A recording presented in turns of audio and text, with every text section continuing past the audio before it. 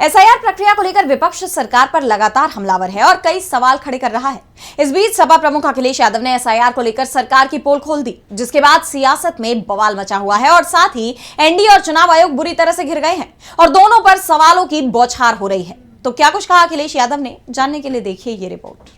सपा प्रमुख अखिलेश यादव अक्सर कई मुद्दों को लेकर सरकार पर हमलावर रहते हैं और अब एक बार फिर उन्होंने एनडीए पर बड़ा हमला बोलते हुए कहा कि एसआईआर इसलिए हो रहा है ताकि नौजवान नौकरी ना मांगने लगे, राजनीतिक कार्यकर्ता रोजगार की बात ना करें, इसलिए एसआईआर कर दिया। जैसे ही एसआईआर खत्म होगा पंचायत का चुनाव करा देंगे, उसके बाद चुनाव आ जाएगा। ये एसआईआर इसलिए हो रहा है कि नौजवान अपनी नौकरी ना मांगने लगे, पॉलिटिकल वर्कर्स जॉब और उसकी बात न करें, इसलिए एसआईआर कर दिया। और जैसे ही एसआईआर खत्म होगा पंचायत का चुनाव करा देंगे और फिर चुनाव आ जाएगा। बरसात का 1 महीना निकलेगा, उसका चुनाव शुरू सितंबर से उत्तर प्रदेश का। अखिलेश यही नहीं रुके, उन्होंने आगे कहा कि हम एसआईआर के लिए सीसीटीवी की तरह पीपीटीवी लाएंगे, जिससे किसी का भी वोट कटने ना पाए।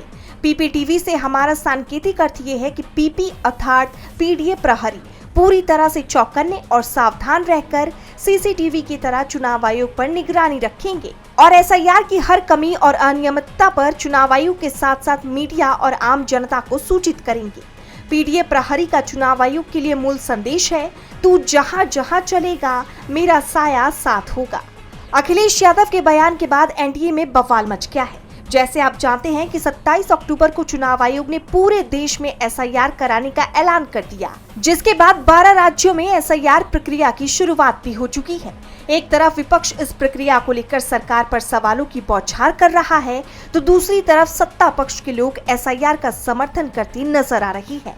विपक्ष का आरोप है कि वोटों की धांधली के लिए सरकार एसआईआर करवा रही है और अब 2027 में यूपी विधानसभा चुनाव होनी है, जिसे लेकर राज्य की सियासत में गहमा गहमी मची हुई है और एसआईआर को लेकर बवाल और तेज हो गया है। डीबी लाइव की रिपोर्ट।